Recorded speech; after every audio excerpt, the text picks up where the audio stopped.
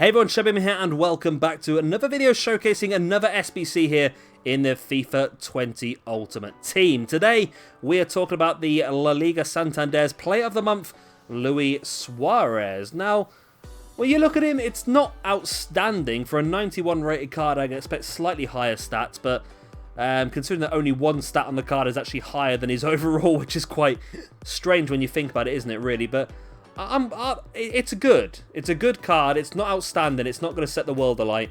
4-star weak foot, 3-star skill moves is pretty decent. High attacking work rate is pretty good as well.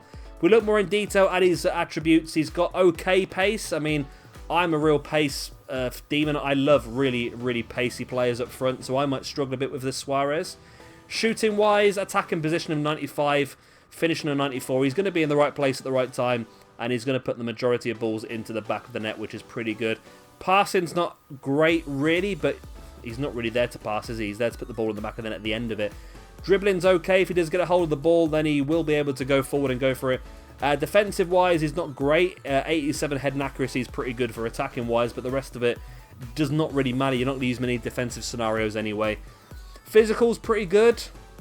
The strength's great at 88, good aggression at 89, good stamina at 83. The one thing that worries me slightly is the jumping at 70. I mean, he's got good attacking positioning, he's got good head and accuracy, but he hasn't got great jumping, which means that he might struggle to get the end of a cross. He's probably much better to play along the floor. He might get well if he times his run correctly with his attacking positioning.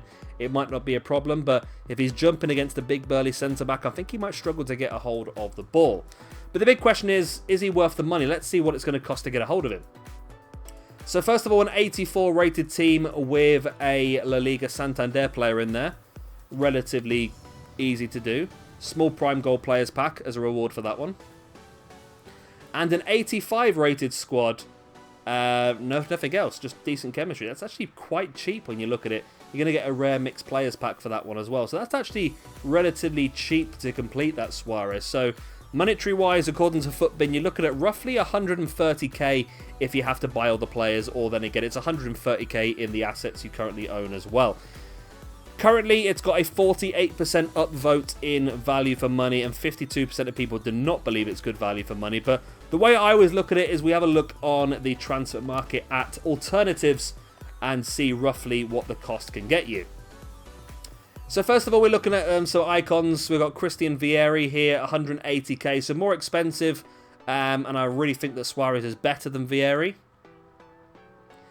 Same with this Inzaghi, it's 160k, so 30k more, and again, I would probably go for Suarez instead of this. There's Lippmann in here for 124. I'm a big fan of Yari Lippmann on this game.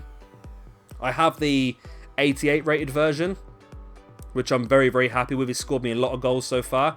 But again, I think Suarez will be a better option than this one. 149k gets you Alan Shearer, so 20k more than what it would cost to do Suarez. And he's got similar stats, good shooting, good physical. Pace is still not great. You got Van Nistelrooy as well, 86 rated, roughly the same cost, but again, not fantastic. And then you've got this 88 Vieri, which is better. I think for me, out of Vieri, Inzaghi, Lippmann and Shearer, Van Nistelrooy, I go for Suarez. But I definitely have to ask a question between this Vieri, the 88 version, and the Suarez. Get the informed Suarez, look at 120k anyway, so I think it's better to pay the extra 12k to get the Player of the Month version. Of course, it's closer there as well, not much difference there. But the big thing is, it depends how much you're going to use him. I've said this a lot in some of these videos. I mean, if this Suarez is going to go straight in your first team, then by all means, go for it. However, if this Suarez is going to be someone you're going to use every now and again for icon swaps, or if you just fancy using him every now and again, just buy the normal one. 45k for the normal one. It just seems more reasonable for me. And then you could also get Griezmann. I mean, Griezmann's 60k there, as you can see. So you could buy Suarez and Griezmann and have 25k left over in your pocket.